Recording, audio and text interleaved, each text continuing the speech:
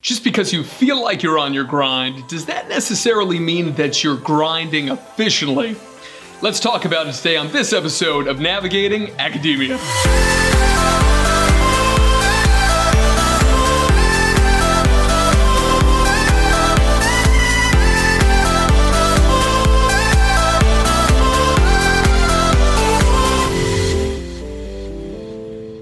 What's up, Navigating Academia family? My name is Dr. drphoenixsingh. It is a pleasure as always to have you here with me. Today I'm going to comment on a valued viewer's comment on one of my videos. The name of the video is The Mindset to Dominate Academic Careers in Your 20s. Now, I really highly recommend you take a look at that video. I'm a big fan of it, and I hope that you'll be a big fan of this video as well, where I elaborate on one of the comments that I got on it. So let's go ahead and give it a read, and then we'll go ahead and go into it. So here's what Kyrie says. My husband and I talk about this all the time. I think it's also important to recognize that just because you feel like you're, quote, grinding in your 20s, it doesn't mean you're doing so productively. People can waste a lot of time being busy, quote, quote, with low impact tasks, or even end up realizing they were in the wrong field for them altogether. Brutal. The latter is when resilience is key. Be humble and willing to start over. Take with you the wisdom you learned from the previous round, and don't compare your grind to someone else's. That's just a distraction and a waste of energy. Very well stated, Kyrie. So let's go ahead and go through these different pieces. First of all, this concept of being on your grind, right? This is something, I run a men's group. I run a men's ministry here in the DC area. And I got a buddy of mine who I love to death. His name is Tiki, and Tiki is 22 years old. So shout out to Tiki if you're watching. And Tiki, this is his favorite phrase. This is his favorite phrase. He loves saying, I'm on my grind right now. And I think so many of us, regardless of where we are in our life, we could be in our 20s, we could be in our 30s. I'm 34 at the time that I'm making this video for you guys. This concept of being on your grind is kind of always critical. And depending on the culture that you find yourself in, you may find that this is really something that is a focus, like in the US, the idea of like the side gig, the side hustle economy that we've got going on right now. Yeah, maybe you're a full-time grad student, but you also run Uber, or maybe you Airbnb the second bedroom in your apartment, whatever it happens to be, this gig economy as they call it, right? This is something that's really a push, versus in other countries that I've lived in, the idea that you would work outside of normal working hours is like anathema. It's just something that you would never do. And yes, when you're at work, you're supposed to be diligent, and I wouldn't say on your grind, because think about the word grind. It's almost like you've got two gears of a machine and you're grinding them together. What it suggests is friction. Now, of course, we can't have any kind of movement without friction, but friction in and of itself, friction for the sake of friction, as it were, isn't actually going to get us anywhere in our careers. The goal that we need at the end of the day is to be able to think about how we can be most efficient. In other words, how we can get the most important things done in the least amount of time. And it's not just a time thing, it's also with the least amount of cognitive struggle. I can tell you guys that it's been a few weeks since I've made videos for you guys. And the reason why I haven't made videos in a few weeks is because I've been so tuckered out. Last year, 2020, year when we had that pandemic, absolutely brutal. Totally, mentally crushed me with the amount of work that I was doing building Publication Academy for you guys with my wonderful co-trainers. So if you haven't checked out Publication Academy yet, be sure to go to www.publicationacademy.com, the most comprehensive resource on the entire internet, teaching you step-by-step how to publish peer-reviewed research studies in high-impact journals, as well as all sorts of stuff about grants and edited books, loads of other cool stuff. Be sure to check it out, all right? So back to this concept of grinding though. As Kyrie say, a lot of people waste time being quote unquote busy. And I gotta be honest with you guys. I remember, for example, when I was a grad student or when I was a postdoc, I would spend so much time worrying about the tasks that I had to do during the day that I just didn't even get the tasks done. In fact, I remember when I was at Oxford, I'd wake up in the morning and I lived kind of like right behind, not a drugstore, not like a pharmacy exactly, but kind of like a row of shops, shall we say, right? And one of the shops that was there was a Subway. So I used to go into the Subway. It was a food store in the UK and the US. And what would happen is I would go get my sandwiches and these things. And I'd be so stressed about the day that I would kind of make friends with some of the regulars who were there at that time of the day. And even the guy who would actually make the sandwiches. They called them sandwich artist. I'd get to know this guy. And it was all because I was trying to kind of bide my time, because I knew that I usually went home at about 6 or 7 o'clock at night, usually from the lab. And it was almost like if I got there later, it's almost like, fine, I was a little bit closer to actually going home at the end of the day.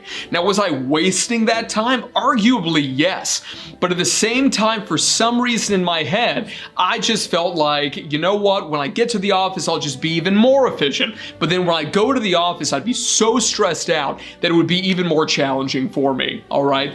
Now, worry can absolutely destroy you, but it's a very natural human tendency. I never want you to forget the following quote, okay? And it's that worry is interest paid on problems that have yet to happen. Okay, one more time. Worry is interest paid on problems that have yet to happen. The thing that we're worrying about, no amount of worry is going to change the probabilistic odds that something is going to happen or not happen in the future. That's not the way that this works, all right? It's so cool kind of standing behind. You know, I've had this podium for years and years since I ran my last company. And it's so funny because basically my legs have been giving me some stress problems. And so because of that, I figured I'd stand up and give these talks to you instead like this. So you guys can let me know in the comments below, do you like me standing like this? Do you like the ones where I'm kind of like at the angle talking to you? Or kind of the closer up ones where you guys can see me maybe even a little bit more clearly, pores and all? You guys can let me know.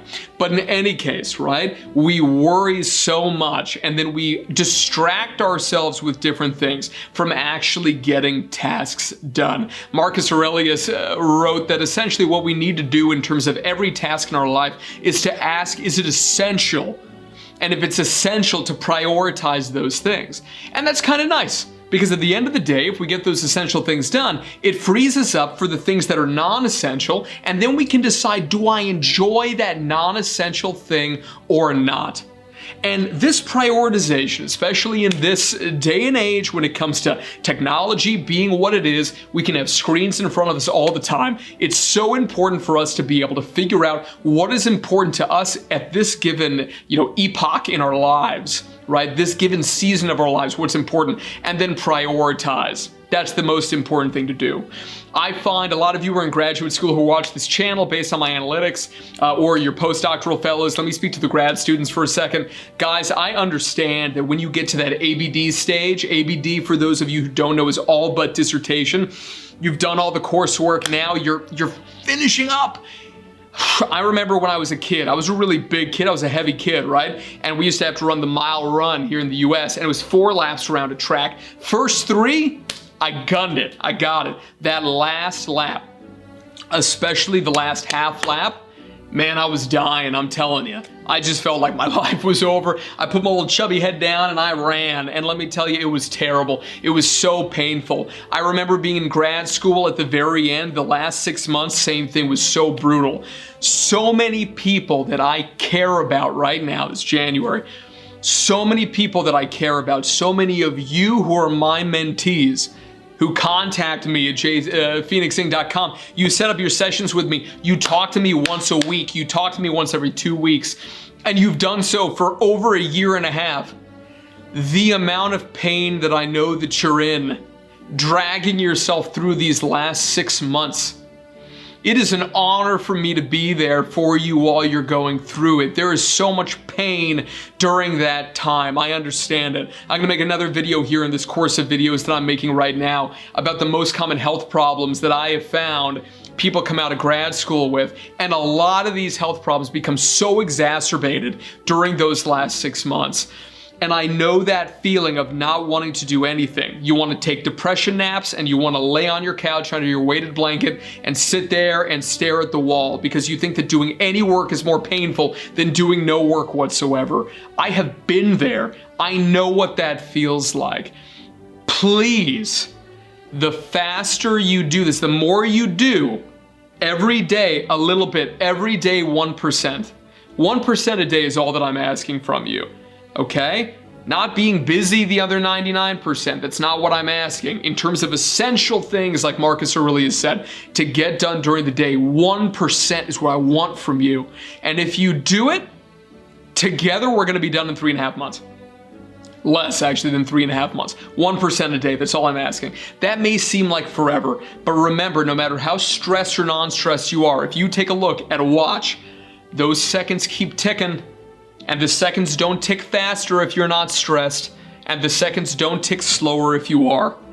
The time will pass, and the question is whether or not you're going to have enough things done to get that damn degree at the end of it. Get that dissertation done, get that thesis done. I am with you to be able to get that done, okay? Please believe me that I believe in you, that you can finish this thing, okay? But don't spend your time going and getting Subway sandwiches like I did, right? Get to the office. Yes, there's going to be some pain, but you can do it. Like Kyrie and Brian say, resilience is the key. Yeah, it's totally normal also in terms of what her post said about wanting to change fields.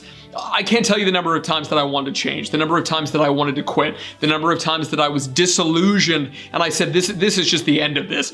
This is so stressful. But the reason that is because you have classically conditioned all the pain and all the dissonance and all the suffering that you've experienced during your undergrad or grad school or postdoc or your tenure track career with this field. And you fallaciously believe that if you leave this, then all of a sudden all we've got is green pastures ahead. But the grass is not greener on the other side. The grass is greener where you water it. So where are you going to water it? Because I believe, especially when you're that close, I know you want to quit the field, I know you want to hate everybody, I know you want to scream, you want to send mean messages to your supervisor, I get it. I completely get it, okay? But you can get this thing done, okay? Anything else down here that I missed? Yeah, don't compare yourself to somebody else's grind is the final thing. I completely agree, right? I'm a huge Jordan Peterson fan. Don't compare yourself to anybody else. What's the Jordan Peterson thing? You guys can tell me down below. What's one of those 12 rules for life, right? He does a great job. Big fan. And a forensic psychologist like me, so I'm all about it. So is Dr. Phil, ironically. So I guess we've got some great people in the field, at least in terms of media personalities. But don't compare yourself to anyone except for who you were yesterday. That's really the goal here, guys. The goal of optimization is to be better than we were yesterday. This is for all of us. It doesn't matter if we're 76 or if we're 17. That's the goal that we've got.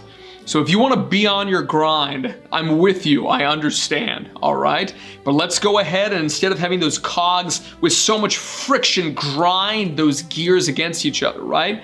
Let's have patience and calm, belief in ourselves and faith to be able to serve as that oil that lubricates those wheels so we can be on that grind but not wear ourselves down. All right, guys, thank you so much for joining me today. Love you as always and appreciate you. Be sure to smash that like button. If you have not already subscribed to the channel, be sure to do so for this and many other videos like it. We try to release content every week, certainly whenever I can. If you have comments, especially if you liked the video, or if you absolutely hate me and you want to let me know, definitely just post down in the comment section below because it helps the algorithm, so I appreciate that. In addition, please, guys, definitely take the link to this video, share it with your friends, with your colleagues, and your students. It means the world to me. If you want to work one-on-one with me and just do weekly sessions and grind this thing out, or do a one-time session to be able to get my guidance on something that you're struggling with right now, you want to get some direction, contact me via the website below. My email address is on the website too. It is www.drphoenixsingh.com, and we'll get this thing going. Thanks so much, guys. Have a great day. I'll talk to you soon. Peace. Thank you so much for stopping by, everyone. It's a pleasure to have you here as always. If you enjoyed this video and you'd like to see more in this series on navigating academia, please click on one of these links over here to be able to view more original content. I hope to see you there.